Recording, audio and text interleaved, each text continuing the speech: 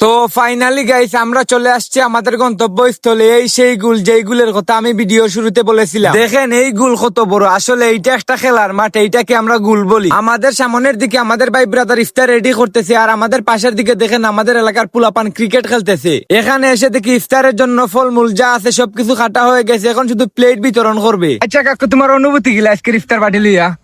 চাচা এখন জামেলাত আছি, পরে দি মাপ নেই বেশি। আপনার রোজা রাখেননি?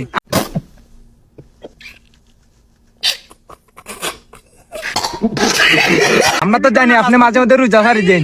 এই কথা বলার পর আমার কাকু কথা বলাই ভুলে গেছে। যাই হোক, আমরা বেশি দেরি না করে তাড়াতাড়ি ইফতারকে ভালো করে বন্টন করে ফেলি। আসলে এখানে বন্টন করার তেমন কিছু নাই, আমরা যদি বিরিয়ানি ফাঁক করতাম তাইলে ঠিক আসলো, কারণ আমরা বিরিয়ানি তো কিনে আনছি। এর জন্য আমরা বিরিয়ানির প্যাকেট গুলাকে প্রত্যেকটা প্লেটে ভালো করে সাজিয়ে রাখছিলাম, আর বিরিয়ানির প্যাকেটের পাশাপাশি ফলমূল যা যা আছে ওইগুলোকেও সাজিয়ে রাখছিলাম। ইফতারের যতগুলো আইটেম আসলো ওই সব আইটেম গুলোকে আমরা ভালো করে বন্টন করার পর আমরা ফোনের দিকে তাকিয়ে দেখি ইফতারের টাইম আর বেশি বাকি নাই। এর জন্য আমরা মুনাজাত করতেছিলাম, তখনই একটা কুকুর আমাদের মাঝখানে চলে আসে। এর জন্য এইটাকে নিয়ে সবাই মজা নিতেছিল। এই কুকুরটি শেষমেশ আমাদের রকি কাকুর কুলে এসে বসে এই কুকুরের কাণ্ড কারখানা দেখে আমাদের হুজুরের মুনাজাতের মধ্যে মুখ দিয়ে হাসি চলে আসে। হুজুরের পাশাপাশি আমরাও হাসতে হাসতে আমাদের অবস্থা খুব খারাপ হয়ে যাচ্ছিল। ভাই রে ভাই, এই কুকুরকে নিয়ে যা কাহিনী হয়েছে, আপনারা যদি আমাদের পাশে থাকতেন তাহলে আপনারা দেখতে পারতেন। যাই হোক, এরপর আমরা সবাই মিলে গল্প করতেছিলাম, তখনই মাগরিবের আজান দিয়ে ফেলে। এরপর আমরা যতগুলো ইফতারের আইটেম ছিল সবগুলিকে ভালো করে আনপ্যাক করে বিরিয়ানির প্যাকেটকেও আনপ্যাক করে আমরা খাইতেছিলাম বলতে আমরা বিরিয়ানির প্যাকেটকে খুলতেই ভুলে গেছি। যাই হোক,